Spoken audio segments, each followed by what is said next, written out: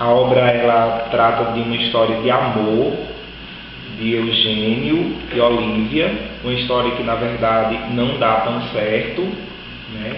Porque é uma história que envolve interesse e amor verdadeiro, e como nós vamos ver ao longo dos pontos, é uma história que faz com que a gente reflita, né, sobre a solidariedade e sobre a própria condição do modernismo de 30.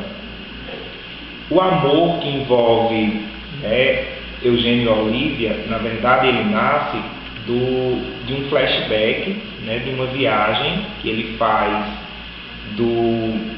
da sua casa no campo ao hospital, e essa viagem faz com que ele lembre de toda a sua vida e de tudo que ele viveu, né, desde criança.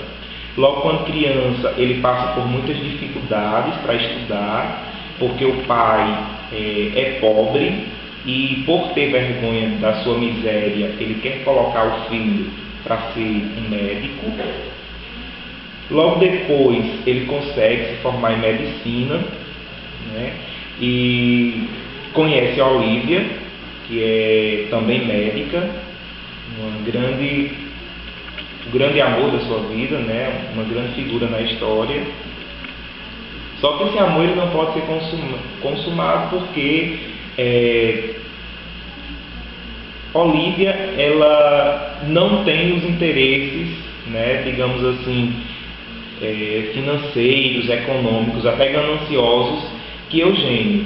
Então, por não ter esses interesses, ele procura alguém que venha satisfazê-lo economicamente. E aí ele conhece Eunice, né, com quem se casa por interesse, deixando Olívia, que logo depois também passa para outro lugar e eles se distanciam, né?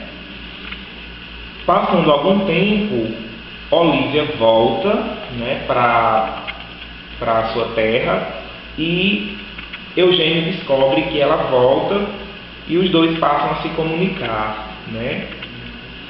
E desse amor, mesmo sem saber, eles têm uma filha, Ana Maria, e essa filha é revelada logo que ela volta, né, para o pai Eugênio, que fica balançado com a situação e quer deixar Eunice para ficar ou para consumar o seu amor verdadeiro com a Olívia e a sua filha Ana Maria. O título da obra, Olhai os Lírios do Campo, por mais que não pareça, né, com a história diretamente, faz uma intertextualidade com a Bíblia. E isso é muito interessante na obra literária, porque Olhai os lírios do campo está citado nos evangelhos, né? A própria expressão Olhai os lírios do campo está citado nos evangelhos de Mateus e de Lucas, né? Mateus capítulo 4 e Lucas no capítulo 12, e diz que o homem, né, logo no Sermão da Montanha, diz que o homem ele precisa deixar de se preocupar com as coisas do mundo para se preocupar mais com as coisas espirituais, com as coisas, digamos assim, que edificam o espírito, né? E aí é nessa parte que o autor se inspira para criar a história, justamente porque Eugênio é uma pessoa que se desvirtua, né, da sua condição humana, espiritual, para se corromper pelo material, pelo econômico, pelos interesses, né, sociais. Então, quando Eugênio vem nessa viagem que eu falei, e ele vem no flashback lembrando de tudo que aconteceu com ele vem justamente para socorrer a Olívia, que está morrendo no hospital. E quando ele chega no hospital, que ela já está morta, ele passa a perceber que a vida dele é outra e que ele precisa agora cuidar da sua filha e deixar esses interesses econômicos de lado para ir viver a sua própria espiritualidade, a sua própria essência humana. Então ele deixa Eunice, passa a viver com a filha e vai ser um médico agora dos pobres, né? Ajudando a quem precisa, observando as necessidades do outro e deixando um pouco de lado as dele, né?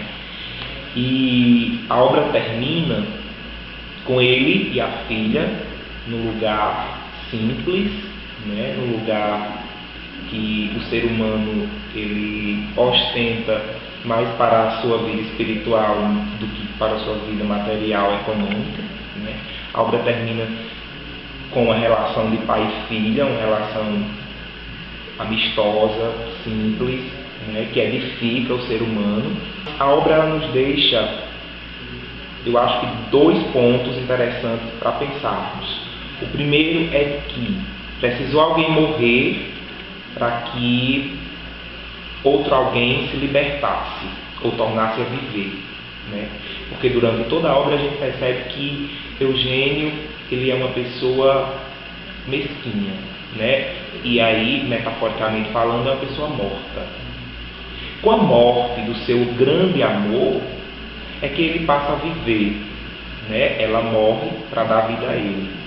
E no final, né, da obra, nessa perspectiva, a gente percebe que a lição que o autor quer nos deixar é de que a gente precisa, sem precisar de uma grande tragédia, cuidar das coisas que nos edificam enquanto pessoa, né? Enquanto ser humano, enquanto